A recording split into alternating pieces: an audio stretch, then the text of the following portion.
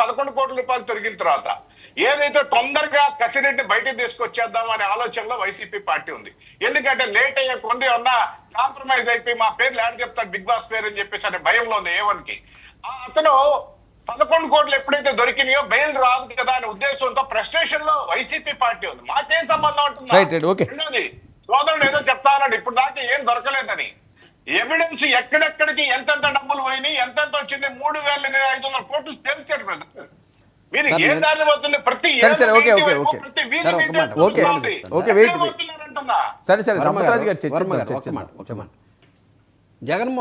డిస్టిలరీకి ఏదో సప్లై చేశారని అంటున్నారు కదా.